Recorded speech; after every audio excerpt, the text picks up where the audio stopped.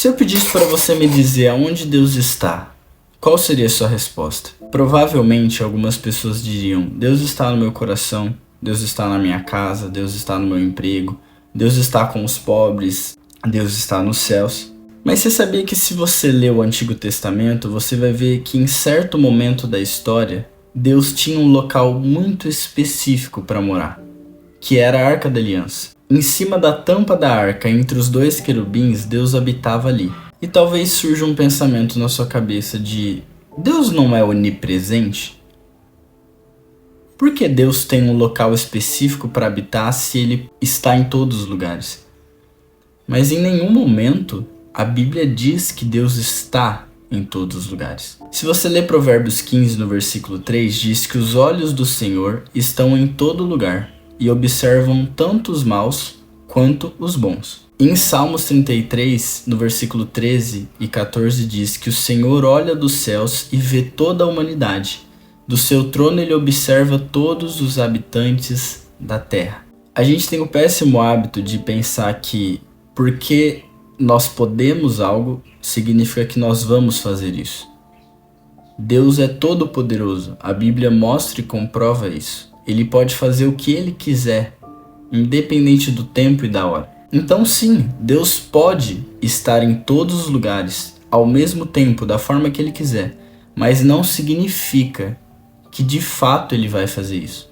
Quer uma prova disso? Em Mateus 10, no versículo 14, diz: Se alguma casa ou cidade se recusar a recebê-los ou a ouvir a sua mensagem, sacudam a poeira dos pés ao sair. Essa passagem é quando Jesus envia os seus discípulos de 2 em 2 para pregar o evangelho. E Jesus estava literalmente dizendo: olha, vão ter locais que eles não vão aceitar a mensagem de vocês, não vão aceitar o evangelho que vocês têm a pregar. E saiam, simplesmente saiam. Se eles não quiserem, é isso, vão embora. Se você ler João 1, do versículo 1 ao 14, você vai ver que a Bíblia diz que Jesus era a palavra, que ele era o verbo, e que o verbo era Deus. Então Jesus, a palavra e Deus são a mesma pessoa, a mesma coisa.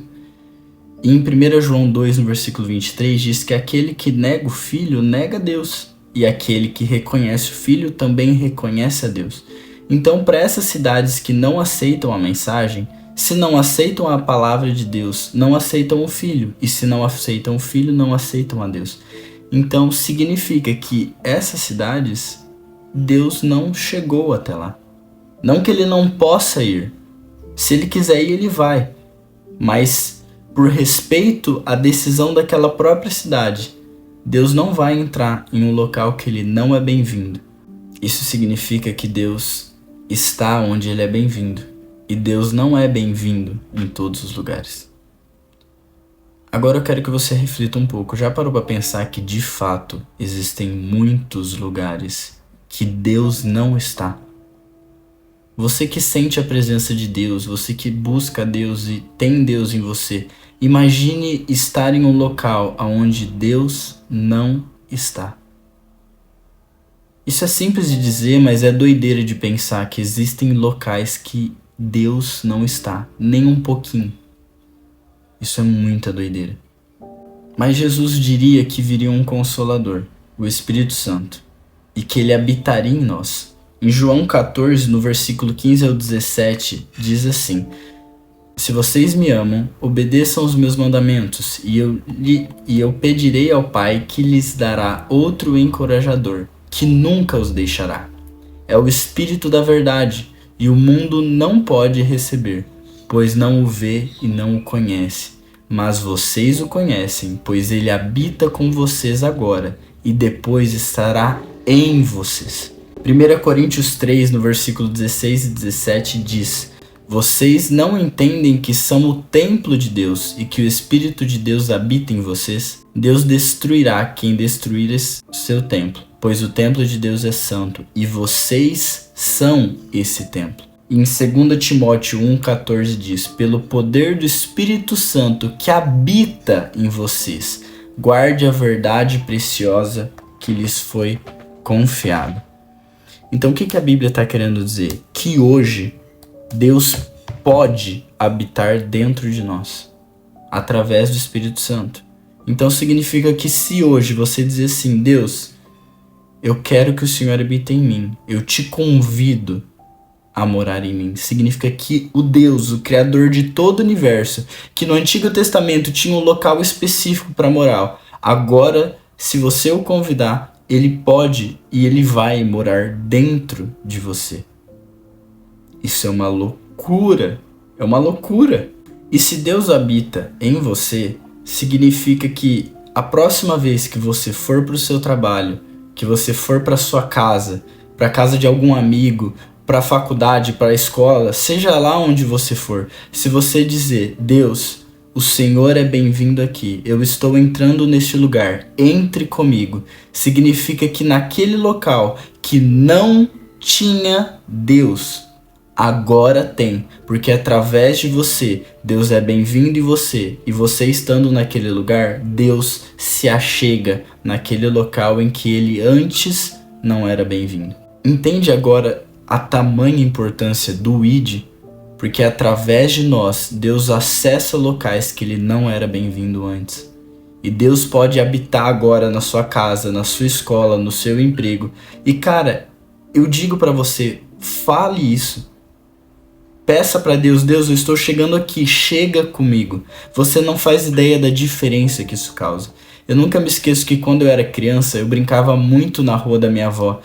E eu tinha vários amigos que não eram cristãos, que não tinham uma vida com Deus. E eu lembro que teve uma época que eu comecei a falar, Deus, venha comigo, vamos lá na rua comigo. E eu lembro que a partir de quando eu orei isso, muita coisa mudou naquela rua. Os meus amigos, eles paravam de falar tudo de errado que eles faziam e falavam. No momento em que eu chegava, eles falavam, gente, para aqui. E eu lembro que eu ouvi às vezes eles falando, gente, o Luquinha chegou, corta, depois a gente continua. Por quê? Porque no momento em que eu chegava, o Espírito de Deus chegava junto comigo. E agora Deus habitava naquele lugar que antes ele não estava. Significa que através de você, a luz pode se achegar onde só habita trevas. E agora sim, aquele versículo de Salmo 139, versículo 7 e 8 faz sentido, que diz, é impossível escapar do seu espírito, não há como fugir da sua presença. Se eu subo aos céus, lá estás. Se eu desço ao mundo dos mortos, lá estás também. Significa que se o Espírito Santo habita em você, não importa se você vai no lugar mais bonito ou no lugar mais tenebroso, Deus estará lá com você. Mas Deus só está aonde Ele é bem-vindo está.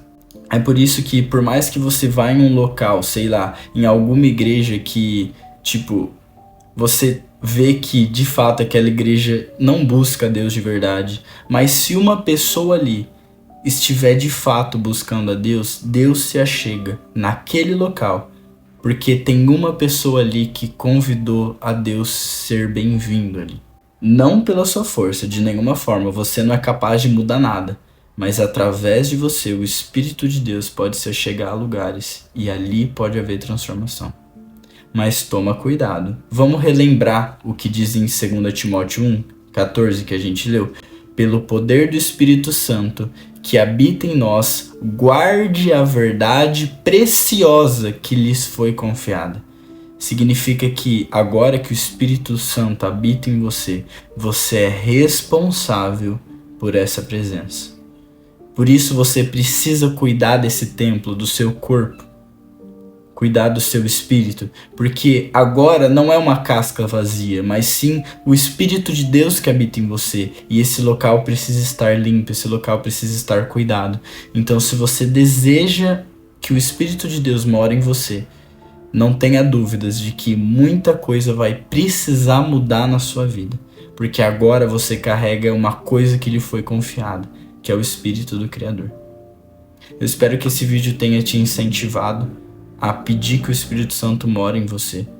E eu oro para que de fato, se você decidir orar para Deus morar em você e você começar a pedir, Deus, entre nesse local aqui comigo, eu oro para que o Espírito Santo de Deus demonstre o poder dele através da sua vida, através do local que você estiver, e que aonde você for, que a presença do Criador seja bem-vinda ali. E é isso, muito obrigado por mais um vídeo. É nóis!